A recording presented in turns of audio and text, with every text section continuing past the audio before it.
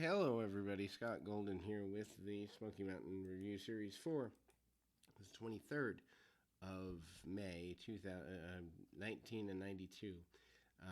And this is right after the Volunteer Slam event, which I guess in some ways could be good, in some ways could be negative, depending on your perception, in that kind of falls as a flat show a little bit. Coming off the event, there's local area promos, all claiming to want to win the Mountain Mayhem event. The Mountain Mayhem event is an 18-man over-the-top rope battle royal. I hate battle royals because all they are is punch, kick, and stay out of the way. But the idea is the winner of this will get 18 men, and the winner will get $5,000. Everyone's talking in 15 to 30-second promos prior to the beginning of this that they want to win $5,000 and defeat 18 men. In the process, needless to say, Landell looks like he might have had some Coca-Cola or other byproducts before he got there. Heavenly Bodies say they want the opportunity to win, and they are interested in this because they could use the extra money to take out ladies. Danny Davis says the Nitro is going to be all over you. Brian Lee promises that, in fact, he is going to not only be the champion, but the winner of the Mountain Mayhem. Doug Furness, in a cut-off t-shirt, says that he's going to prove his power and his influence and make things happen. Here, Rip Rogers is just being goofy in pink. Kind of a semi-Royal Rumble type thing.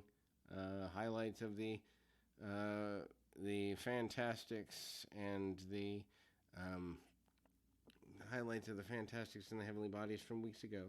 The Tag Team Championship final. Obviously, the offer is made by Bob Armstrong for the benefit of having another partner, and the refusal is made there by, for that opportunity by Bobby Fulton. And then we go into the blind draw of the Battle Royal, Mountain Mayhem Battle Royal. Dixie Dynamite and Rip Rogers start out, and the match runs about 38 minutes, 51 seconds. I'm not sure that the whole thing is shown on TV. I don't think that it is, because there's too many other segments, including interviews from the Volunteer Slam, to be worried about. Referee Mark Curtis, who I swear must be the only referee in the territory most nights, is here. And Rip Rogers, a guy who, did a lot of work in the Maritimes, did a lot of enhancement work for WCW, and then obviously becomes one of the best trainers in the world.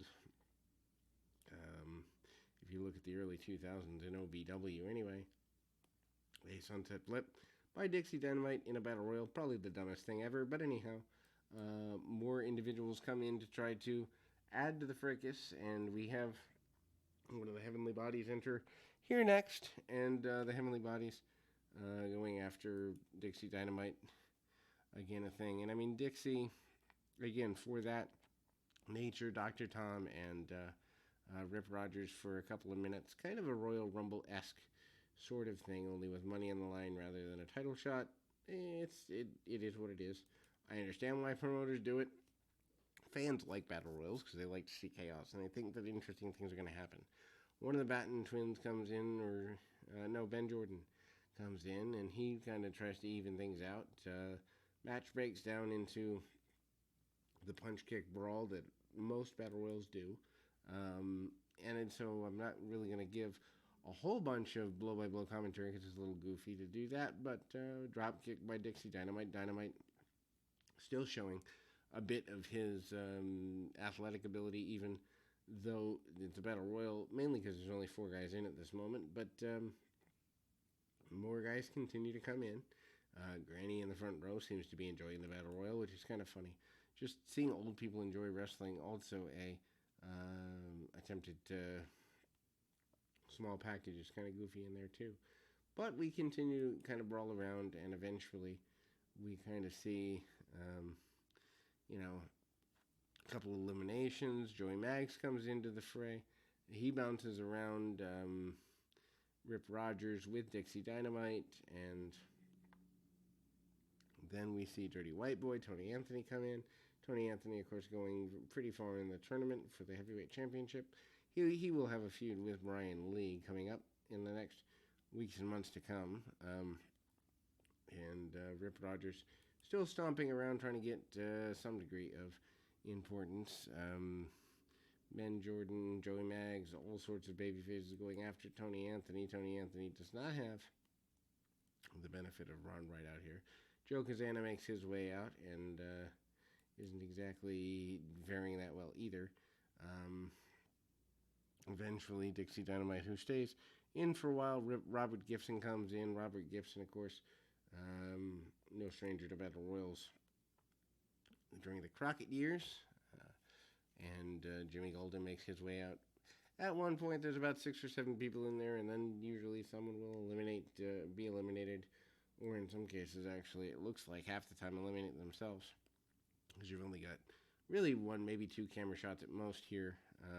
Paul Orndorff comes in, House of Fire. Orndorff always has intensity that's worth investigating and paying attention to for a variety of reasons. Actually, would have been interesting to see if he just kind of went pile driver for pile driver going forward there, but that does not happen. People getting mobbed up in the corner, and ultimately the Battle Royal continues here throughout, bit by bit, more eliminations. Can't believe they get literally a whole TV episode, or almost one, out of a Battle Royal, but anyway. Use of powder against Tim Horner by Paul Orndorff eventually leads to Orndorff getting the advantage and the ability to win the Battle Royal looking like, but instead it is Buddy Landel sneaking in when Tim Horner eliminates,